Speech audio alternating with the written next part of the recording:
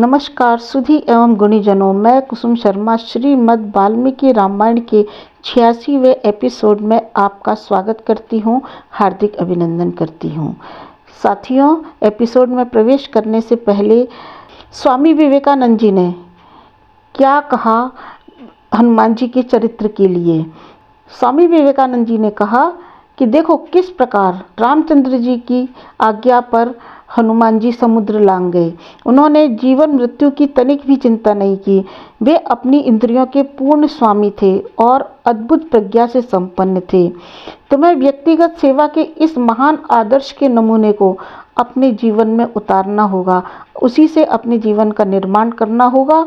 उसके द्वारा अन्य समस्त आदर्श जीवन में स्वतः ही धीरे धीरे प्रकट होने लग जाएंगे। तो बहुत महत्वपूर्ण बात उन्होंने कही कि एक आदर्श को अगर हम पकड़ेंगे तो दूसरे आदर्श भी हमारे अंदर धीरे धीरे प्रकट होंगे। आगे कहा, हनुमान जी जहाँ एक और सेवक का आदर्श रखते हैं, वहीं दूसरी ओर वे समस्त संसार को आवश्यकता पड़ने पर सिंह के समान अपनी दहाड़ से हिला भी देते हैं, आतंकित कर भी देते हैं। राम के हित के लिए प्राण बलिदान करने में उन्हें तनिक भी संकोच नहीं है। राम की सेवा के अतिरिक्त प्रत्येक चीज की ओर से उनका भाव वैराग्यपूर्ण है, वे विरक्त हैं। यहाँ तक कि विश्व के महान देवता ब्रह्मा और विष्णु के स्थान को भी उन्हें प्राप्त करने की लालसा नहीं है। उनके जीवन में बस सिर्फ एक ही व्रत है, राम की प्रत्येक इच्छा को क्रियान्वित करना। ऐसा पूर्ण समर्पणकारी भक्ति ही चाहिए हमारे राष्ट्र को। तो इस प्रकार विवेकानंद जी हनुमान जी के चरित्र के माध्यम से हमारे युवाओं का आह्वान करते हैं। साथियों, एपिसोड पर आती हूँ। अशोक के पत्तों से सीता जी का दर्शन किया हनुमान जी ने, तो एक पहर रात्रि बाकी रह गई। जब एक पहर रात्रि बाकी रह गई तो रावण उठा और उसे सबसे पहले सीता जी का चिंतन हुआ। वह विषयासक्त हो गया और अपनी समस्त रानियों को, सुंदरियों को लेकर के अशोक वाटिका की ओर चल दिया। जब वो चलने लगी थी तो उनके हाथ में चमचमाते सुंदर कलश थे जिनमें पेय रस भरा हुआ था। रावण अशोक वाटिका के द्वार तक आ पहुंचा। उसकी जितनी भी पत्नियां थी उनके नृपुरों की आवाज़ आने लगी। तो हनुमान जी के ने देखा कि रावण द्वार पर खड़ा है। जब सीता जी ने देखा कि रावण आ रहा है तो वह थर थर काँपने लगी, जैसे हवा के चलने से कदली के पत्ते काँपते हैं, और उन्होंने अपने पूरे शरीर को अपने घुटनों के बीच में छुपा लिया और अपना मुख छुपा करके रोने लगी। वे पृथ्वी पर बैठी हुई थी, खुली पृथ्वी पर बिना कुछ बिछाए बैठी थी, कठोर व्रत का पालन कर रही थी और उनके कठोर व्रत से ऐसा प्रतीत होता था मानो वे संकल्पों के घोड़े पर चढ़ करके भगवान श्री राम से मिलने जा रही हों। वे कुल देवता को प्रणाम कर रही थी, उससे प्रार्थना कर रही थी कि रावण की पराजय हो जाए।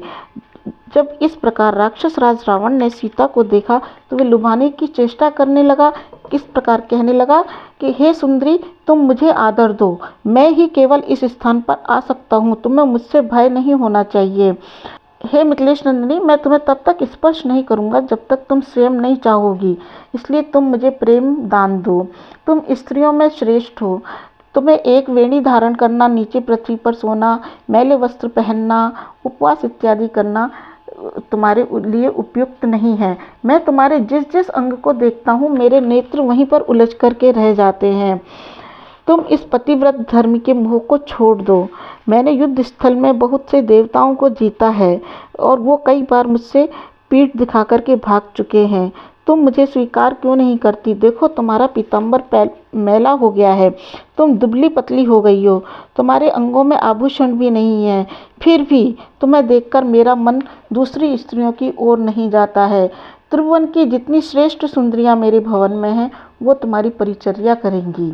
रावण के ऐसे वचनों को सुनकर के सीता को मर्मांतक पीड़ा हुई। तब वो तपस्विनी रोती हुई, कांपती हुई, फिर भी अपने आप को दृढ़ता पूर्वक स्थित करती हुई इस प्रकार बोलती है कि हे रावण, तुम मेरी ओर से अपना मन को हटा लो, क्योंकि पापाचारी पुरुष को जैसे सिद्धि नहीं मिलती वैसे ही मैं तेरे लिए निंदनीय हूँ, क्योंकि मैं पतिव्रता हूँ, पवित्र कुल से आई हूँ। तुम अपने आप को आदर्श बना करके अपनी स्त्रियों से ही प्रेम करो, उन्हीं से रहो, क्योंकि जो मनुष्य ऐसा नहीं करता, जो राजा ऐसा नहीं करता, उसकी संपत्ति राज्य नष्ट हो जाते हैं और तुम इसी अपराध से तुम नष्ट हो जाओगे, तुम्हारा राज्य नष्ट हो जाएगा, ये लंका नष्ट हो जाएगी। जैसे सूर्य प्रभा सूर्य से अलग नहीं हो सकती, उसी प्रकार मैं रघुनाथ जी से अलग नहीं हो सकती। धन और ऐश्वर्य के द्वारा तुम मुझे नहीं लुभा सकते।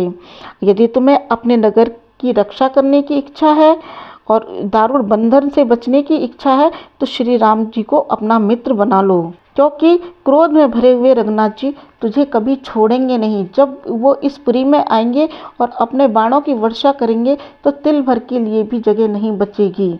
राक्षस राज सुन, जब सारी सेना का संहार हो गया, तेरा जन स्थान में आश्रय नष्ट हो गया और तुम युद्ध करने में असमर्थ हुए, तब तुम छल से और चोरी से मुझे चुरा कर ले आए। अब एक बात बताओ, दो बाघों के बीच में कभी एक कुत्ता टिक सकता है? श्री राम और लक्ष्मण के बीच में तुम टिक सकोगे? अरे रावण, तू तो उसी दिन मर गया था जिस दिन तूने मेरा हरण कर लिया। अब तो ये तेरी सिर्फ चलती फिरती देह जिंदा है। सीता के ऐसे वचन सुनकर के रावण ने कहा कि हे सुंदरी, मैं जैसे जैसे मीठे वचन बोलता हूँ तुम वैसे ही मेरा तिरस्कार करती जा रही हो, तो मेरा क्रोध बढ़ा जा रहा है, परंतु तेरे प्रति जो प्रेम है वह उसे रोक रहा है। तू तिरस्कार करने योग्य है, परंतु मैं तेरा वध नहीं कर सकता, क्योंकि मैं तुझसे प्रेम करता हूँ। तुम्हें तो प्राण दंड देना चाहिए। तुम्हें मेरी 2 महीने के अंदर मेरी बात मान लेनी है और तुम्हें स्वयं मेरे पास आना है। यदि तुम नहीं आती हो तो मेरे रसोइये तुम्हारे टुकड़े टुकड़े कर डालेंगे। तब सीता ने गर्व के साथ पतिव्रत धर्म की आड़ लेकर के इस प्रकार कहा, निश्चय ही इस नगर में कोई पुरुष तेरा भला चाहने वाला नहीं है जो तुझे समझाए। मैं श्री राम की पत्नी हूँ। अरे नीच राक्षस, तू मुझे हरण करके लाया है तो तू इस श्री राम के दंड से छुटकारा नहीं पा पाएगा, क्योंकि तू खरगोश के समान है और श्री राम तो गजराज के समान है। कभी इन दोनों में भी वैर सदा है, परंतु तूने वैर साध लिया। मैं श्री राम की भार्या हूँ, तेरे में इतनी ताकत नहीं थी कि तू मेरा हरण करके ला सकता था। निश्चय ही तेरे वध के लिए विधाता ने तैयारी कर दी है। तब रावण की दृष्टि से क्रूरता टपकने लगी। वह फुफकारते हुए सर्प के समान इस प्रकार बोला कि हे सीते, आज मैं तेरा विनाश कर ही डालता हूँ। और वो तलवार लेकर के दौड़ पड़ा। तब मंदोदरी राक्षसी कन्याओं ने उसको रोका और रावण का आलिंगन करके इस प्रकार के बोली, हे राक्षस राज, मेरे साथ क्रीड़ा करिए ना। ये दीन मानव कन्या सीता को लेकर के आप क्या करेंगे? इससे क्या लेना देना? इसके भाग्य में ये दिव्य भोग नहीं लिखे हैं, उत्तम सा प्रसाधन नहीं लिखे हैं, और जो स्त्री स्वयं से पास में आए उसी को प्राप्त करने में प्रसन्नता होती है। तब ऐसी बात सुनकर के रावण वापस लौट गया, हंसता हुआ लौट गया। सारी महिलाएं उसके साथ लौट गई, वे उसे घेर करके ले गई। इस प्रकार काम मोहित हुआ वह रावण अपने महल में चला गया। साथियों, श्रीमद् वाल्मीकि जी की इस वाणी को मैं यहीं पर विराम देती हूँ। आप मेरे साथ बने रहे, इसके लिए आपका बहुत बहुत धन्यवाद। जय श्री राम, जय श्री राम, जय भारत, जय भारत।